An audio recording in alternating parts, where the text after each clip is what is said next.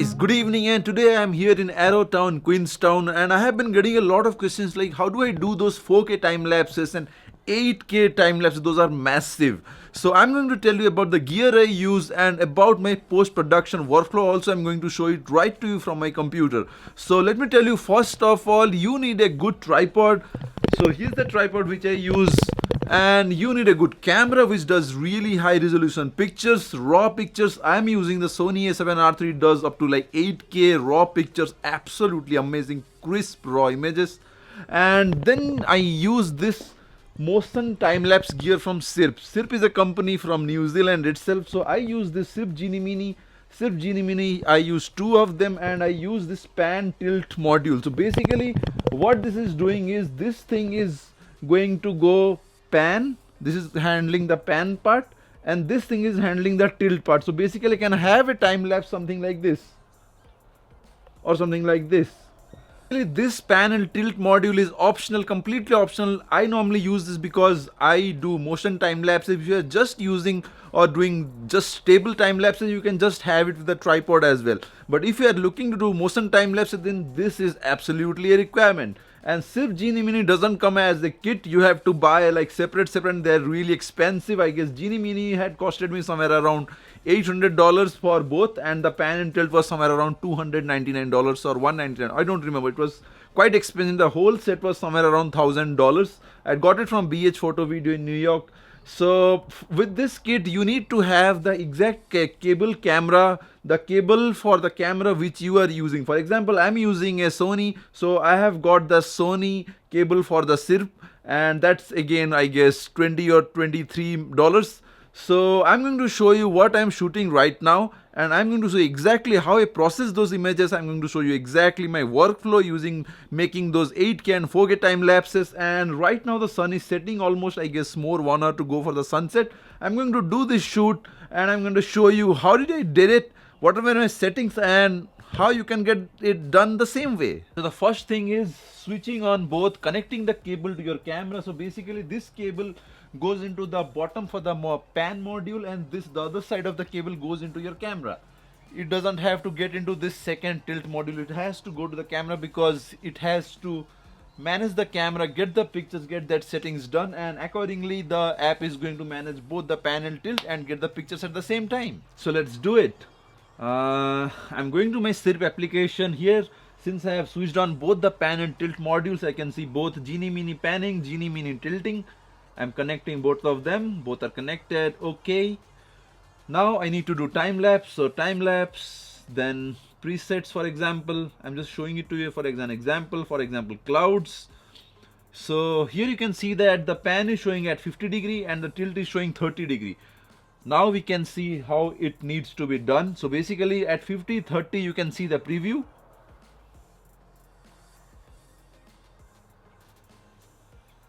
You can see that it's moving.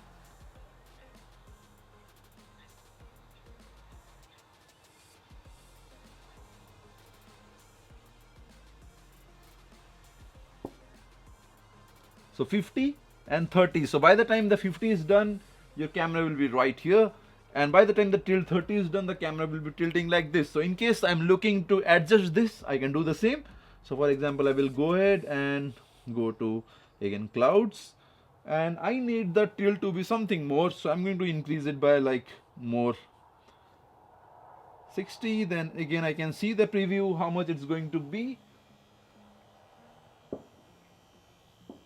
Perfect, it's more than what I need, so I'm going to put it, hold on.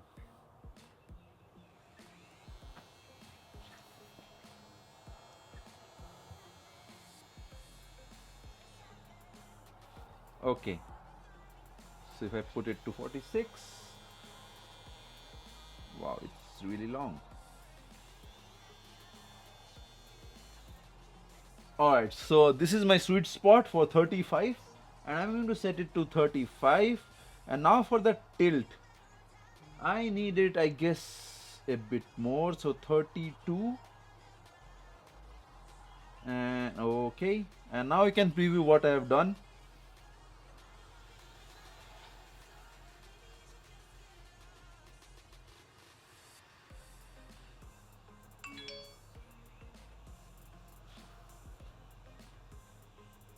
Okay, I need the camera to start right from here, so I need to go back again and pan, change the pan until it reaches to the position where I need it. So more pan, more pan, more pan. Perfect. This is where I need.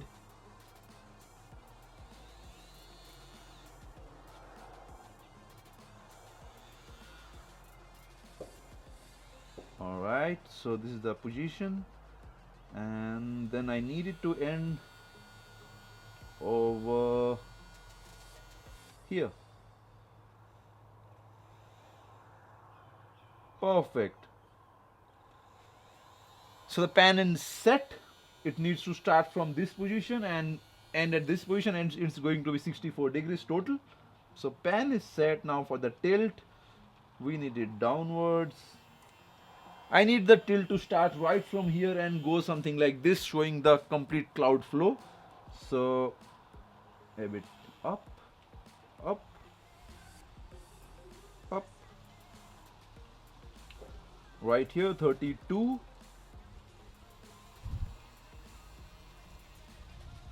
Okay. 27. Perfect. So now we have the pan set to 64 degrees, tilt set to 27 degrees. Now we can preview.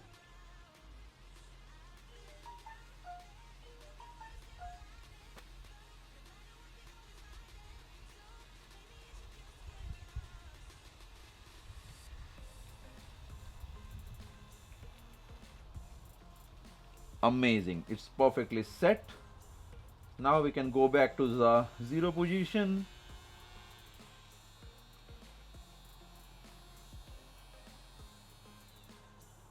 Perfect. Now I have to just make sure the camera is set to manual focus, and I need it to be infinity. Perfect. Okay, manual focus is set. Now we can come back to the zero position. Alright. Now hit record. You can see that the camera started getting the pictures. I have set the interval to 7 seconds because, and my record time is 40 minutes, so I'm going to get a time lapse of somewhere around 13 seconds. So I guess I will be having more than 260 images in total. So 260 images is going to be set into 24 frames of timeline, so it's going to be, I guess, 12 or 13 seconds. So let's go ahead and see it in my computer how it came out. Alright, so finally the images are ready. So we have total of around 313 raw images. Now let's open Lightroom, library, and select all the images, pull it to Lightroom. So first of all, you need to import all the images to the Lightroom first. Make sure all the images are shot in RAW only. And now we need to do the adjustments. All the images are shot at 16:9 because I don't want to go ahead and waste time in cropping. So images are being imported, total 313. Okay, so the import is done. I will just open first image and do the basic adjustments. First of all is the remove chromatic aberration, enable profile correction. So since I'm using a Sony 16-35, the thing is fixed. And now I will just give it a bit of look. Maybe we'll just do a HDR look for this. Okay, so the strong looks perfect. Strong, and chromatic aberration is fixed, so I will just stay with this. Now copy developer settings, copy everything, go back and select all the images and just unselect the first one because I've already done the changes. Then developer settings, paste. So basically I did the adjustment to the first image and then pasted all the settings straight to all the other 312 images. The total is 313. I did the changes to 1 and pasted to the all the 312 images. So finally we have the images for all the 313. Alright, so images are ready, and now it's time to export those images to LR Timelapse. So LR Timelapse is an application. One second, I will show it to you. Export LR Timelapse. Since I am doing this to the images, so JPEG. If you need the highest resolution possible, then you can go ahead and do TIFF 16-bit. But for that, you need a really good graphics card. I am just on my MacBook Pro, so I am just going to set it to JPEG, and this will be 6. Export. So basically I have done the changes to Lightroom and then exporting all those images straight to LR Timelapse. So LR Timelapse is an amazing application. It's really expensive. So if you are not doing 8K time lapses, you do not need to buy their pro version, which is around $199. You can just go ahead and buy their premium version, which is around $99. So it's going to take some time. You can see that it's showing up exporting 313 photos for LR Timelapse. Since all those images are 8K images, so it's going to take some time. So let's give it some time. Okay, so finally the images have exported, and here is the LR Timelapse. Come on, no. So just for the preview sake, I'm just showing it to you, MP4, 1080p and render video. So here is the queue for the render. You can see that it's 313 images and it's rendering currently. Oh, come on. So normally 1080p takes like 3 or 4 minutes, but if it's 8K, it's gonna take like maybe 30 to 40 minutes. For 4K, it takes like 15 to 20 minutes. So I'm just showing it to you by 1080p render, and then I'm gonna show you the final result as well. So it's basically rendering frame by frame and making them into a final MP4 file. Alright, render is done. Let's go ahead and see it now. I hope, yeah, this is the one. And here goes the preview for 1080p. So that was the preview from my MacBook, and here is the final output file.